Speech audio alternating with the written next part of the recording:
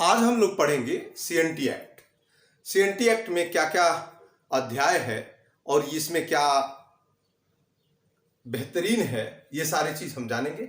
यहाँ धाराओं के और उसके अंदर की बातों को हम समझेंगे। सबसे पहले सीएनटी एक्ट क्यों लागू हुआ, इसके पीछे कारण क्या रहा, ये सारी चीज हम लोग जानेंगे। चलिए वीडियो शुरू करते हैं। सबसे पहले झारखंड राज्य में आदिवासी लैंड है और आदिवासी क्षेत्रों में इसमें कुछ भूमि एसपीटी के अंतर्गत आता है, जिसमें 6 जिले हैं। बाकी 24 जिलों में 18 जिलों में आपको सीएनटी लागू है। ये क्यों लागू हुआ, इसके पीछे कारण क्या रहा? तो शुरू से ही जब से अंग्रेज यानी 1765 के इलाहाबाद संधि के बाद अंग्रेजों को राजस्व वसूलने के लिए दीवानी प्राप्त हुई और इस दीवानी के तहत वो इन क्षेत्रों में कर वसूला करते थे। लेकिन चूंकि इससे पहले भी बहुत सारे राजा हुए, उन्हें प्रॉपर राजस्व आदिवासी नहीं दे पाते थे क्योंकि इनका कल्चर वही था। तो यहां पर आदिवासियों का शोषण और संघर्ष शुरू से होता आ रहा है। जहां तक सीएनटी समझने से पहले हमें कुछ भूमियों के बारे में समझना जरूरी है। जैसे सबसे पहले आता है खूंटकटी। यह खूंटकटी क्या है, ये आप समझिए। ये मुंडाओं से जुड़ा हुआ है। मुंडा पहले जंगल को काट कर साफ कर कर कृषि योग्य बनाते थे, तो उसे खूंटकटी कहते हैं। ये मुंडाओं की जमीन है, ये मुंडाओं की जमीन है। दूसरा है भूइंहरी।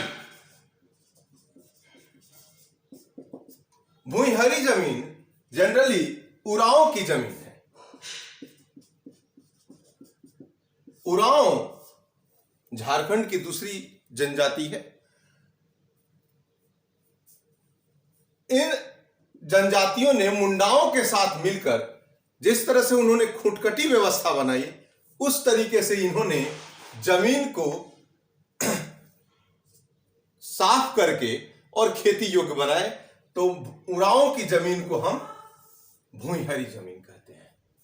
तीसरा जमीन है कोड़कर। कोड़कर जमीन सदानों की जमीन है और हम बता चुके हैं कि सदान कौन थे। गैर आदिवासी झारखंड के निवासियों को हम सदान कहते हैं। इसमें बहुत सारी जातियां हैं, करमाली, ओहदार, बनिया, साहू, सुनार, ये सारे चीज इसमें शामिल हैं। तो ये गैर आदिवासी हैं, तो इनके जमीन को कोड़कर कहते हैं। और एक और जमीन है राजहंस। ये राजाओं की जमीन थी, राजाओं की जमीन थी, इसे राजहंस कहा गया। और मझास जमीन, ये जमींदारों की जमीन थी।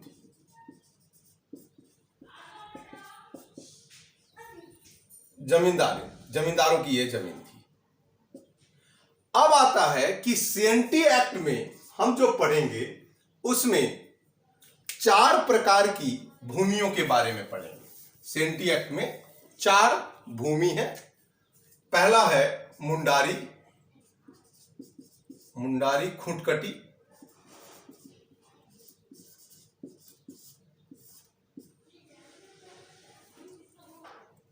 सदानों का कोड़कर और उरांव का भूइंहरी। ये चारों जमीन के बारे में सीएनटी एक्ट में दिया गया है। सीएनटी एक्ट की कब लागू हुआ? तो सीएनटी एक्ट मुंडा विद्रोह यानी बिरसा मुंडा के बाद मुंडा विद्रोह का परिणाम रहा।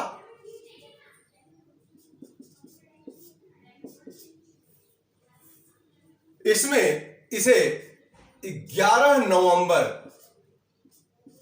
1908 को लागू किया गया।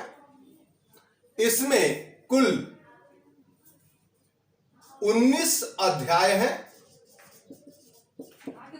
और कुल इनमें 271 धाराएं हैं।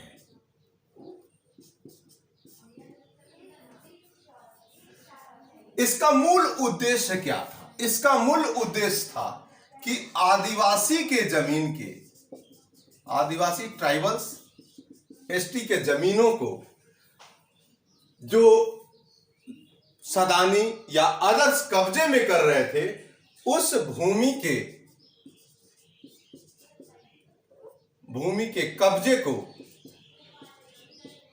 कब्जों को रोकना था। इसका मूल उद्देश्य यही था। अब सीएनटी का पहला जो सर्वे हुआ, यानी सीएनटी प्रथम वर्ष का सर्वे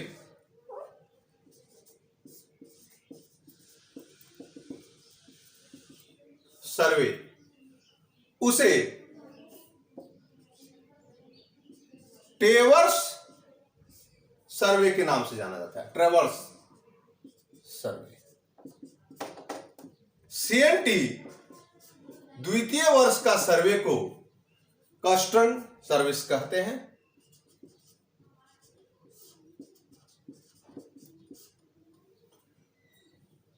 सीएनटी के जन्मदाता आप एच हॉफमैन है।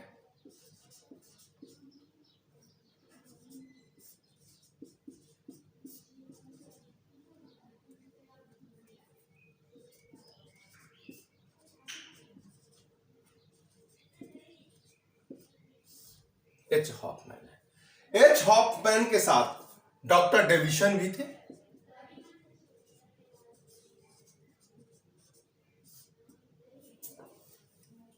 कैप्टन ग्रे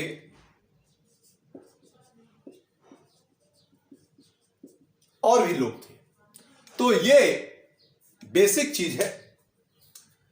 इसके बाद हम अंदर में जानेंगे कि आखिर सीएनटी के अंतर्गत कौन कौन सी चीज है। अब हम बात करेंगे सीएनटी के प्रमुख अध्याय और धाराओं के बारे में।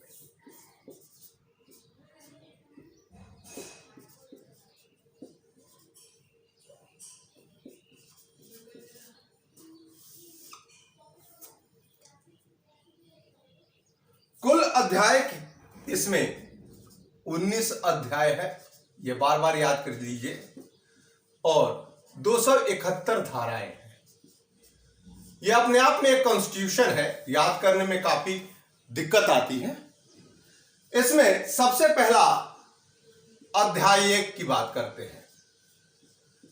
प्रथम अध्याय में कुल 1 से लेकर 3 धाराएं हैं। ये धारा है अध्याय 1 में। धारा 1 से 3 के बारे में नाम, परिभाषा,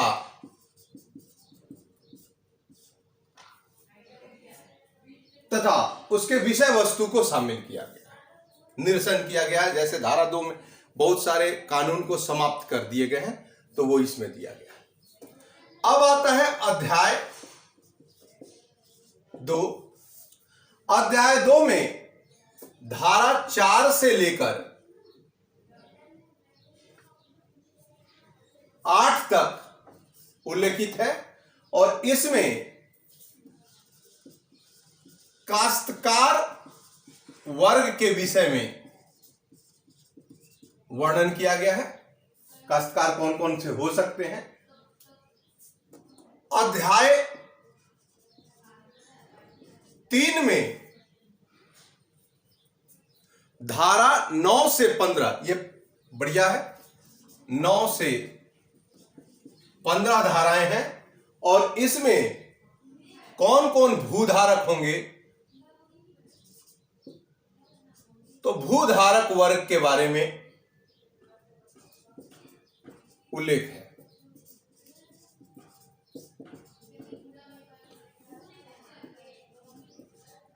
अध्याय 4 में 16 से 36 धाराएं हैं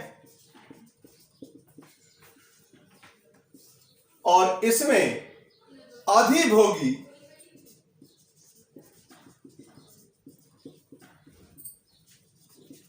रैयत के विषय में उल्लेखित है। अब आता है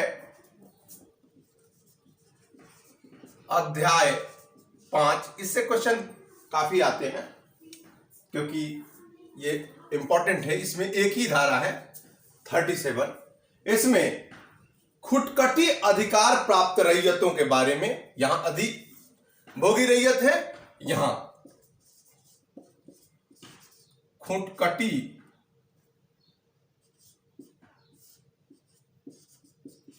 प्राप्त रैयत है। अध्याय 6 में धारा 38 से 42 में है, 38 से 42 है। यहां अधिभोगी है तो यहां अनाधिभोगी है। हम आपको बताएंगे कौन कौन सा है, पहले आप याद कर लें।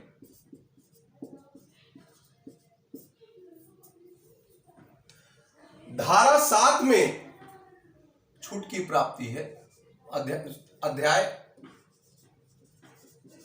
अध्याय 7 में ओनली 43 है और इसमें अध्याय 4 और अध्याय 6 यानी काश्तकार वर्ग के विषय में दिया गया। अध्याय 4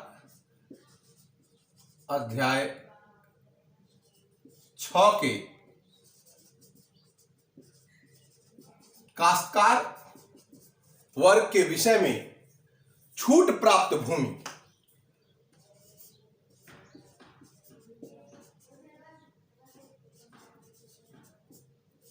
भूमि का उल्लेख है।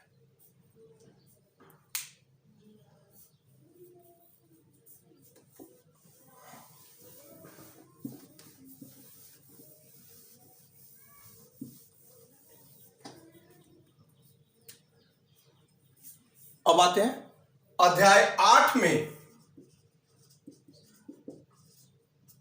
8 में धारा 44 से 51 तक का उल्लेख है और इसमें जोतों और भूधृतियों, जोतों और भूधृतियों के अंतरण पर प्रतिबंध,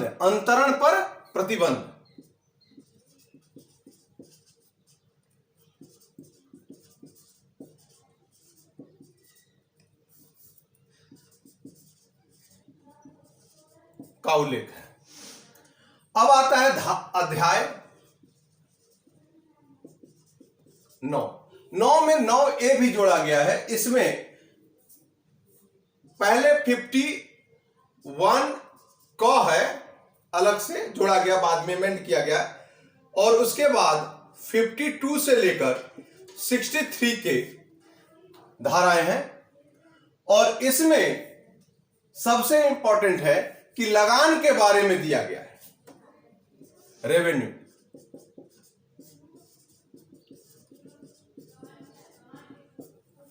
धारा अध्याय 9 से प्रश्न आते हैं।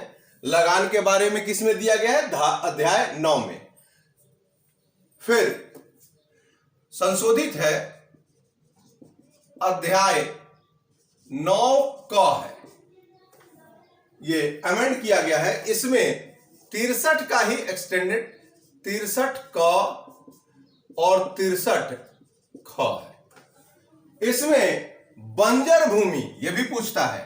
9A दोनों एक लगान है, दूसरा बंजर भूमि के विषय में बंदोबस्त,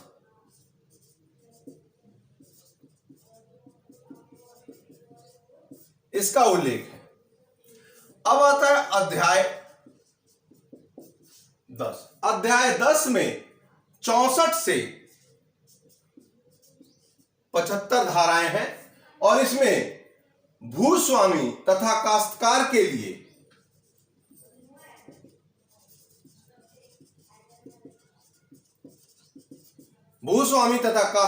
लिए प्रकीर्णन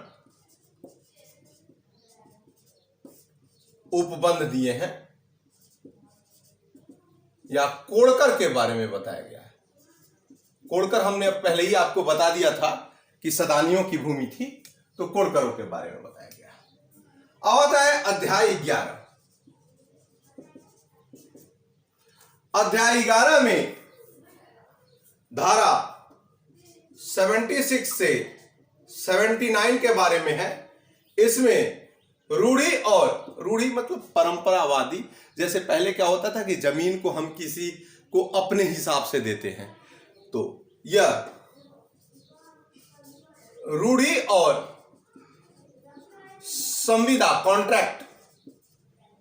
संविदा वाले भूमियों के बारे में उल्लेखित है।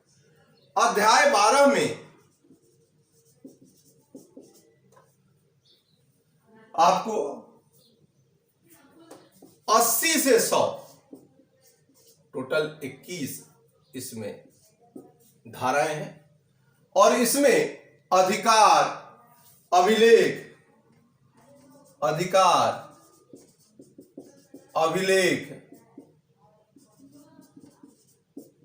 और लगानों का निर्धारण है।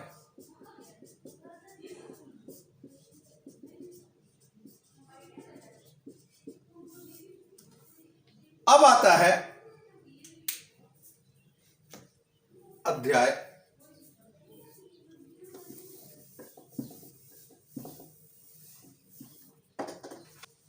13 में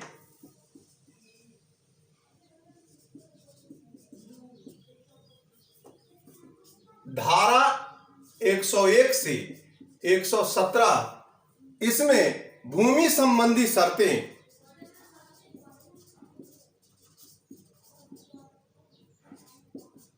शर्तें एवं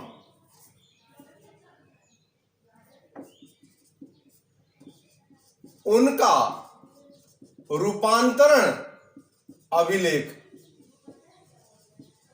का वर्णन है। अध्याय 14 में 118 से 126 धाराएं हैं। इसमें भूस्वामी के विशेष अधिकार वाले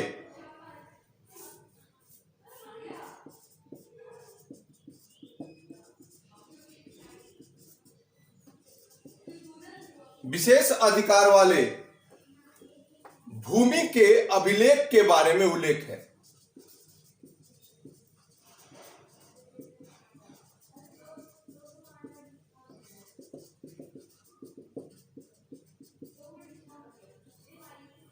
अब आता है अध्याय 15। इसमें 127 से 134 धाराएं हैं और इसमें अधिकार अभिलेख है या लगानों का निर्धारण, यह भी इंपॉर्टेंट है।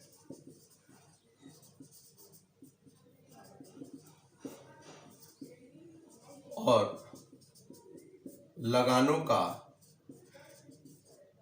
निर्धारण।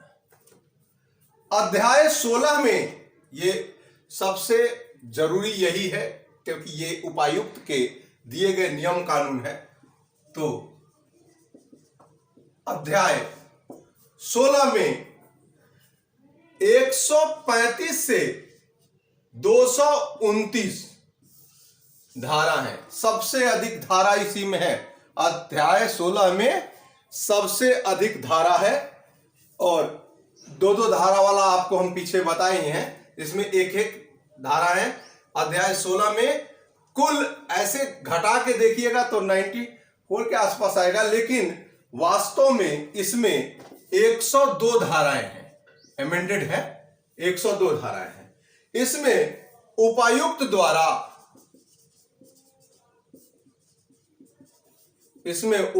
द्वारा संज्ञेय विषयों की न्यायिक प्रक्रियाओं का उल्लेख है। संज्ञेय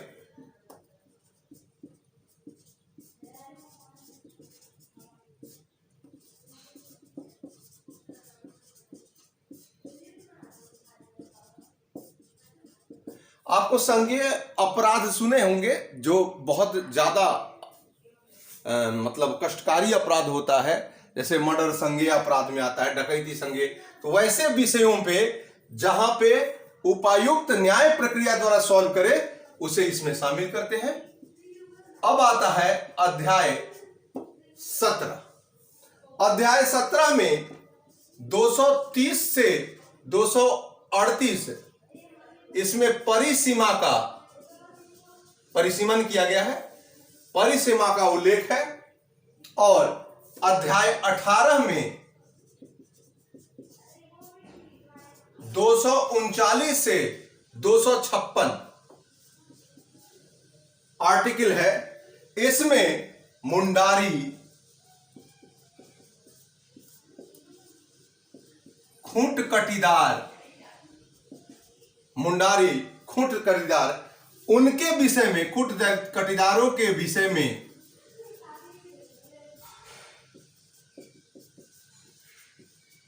विशेष उपबंध है। खूंट कटीदारों के विषय में 2 हैं, एक पहले और एक यहां। अब आता है अंतिम अध्याय 19। अध्याय 19 में आपको 257 से और लास्ट 271 धाराएं हैं, और इसमें बहुत सारा सप्लीमेंट्री यानी अनुपूरक उपबंध दिए हैं। तो ये आपका टोटल धाराओं को आप कैसे याद कीजिएगा ये हमने आपको बताया। अब इस धाराओं में जो जो महत्वपूर्ण है, क्योंकि ये अपने आप में एक बहुत बड़ा कॉन्स्टिट्यूशन है, तो उन महत्वपूर्ण तथ्यों को हम आगे फिर बताने जा रहे हैं। तो उसको ध्यान से देखिएगा कि कौन कौन महत्वपूर्ण है, क्योंकि इतना जल्दी में इतना याद करना काफी मुश्किल है। ये अपने आप में एक कॉन्स्टिट्यूशन है और इससे आपको 6 क्वेश्चन रहेंगे ही रहेंगे। तो ध्यान रहे और आगे देखें।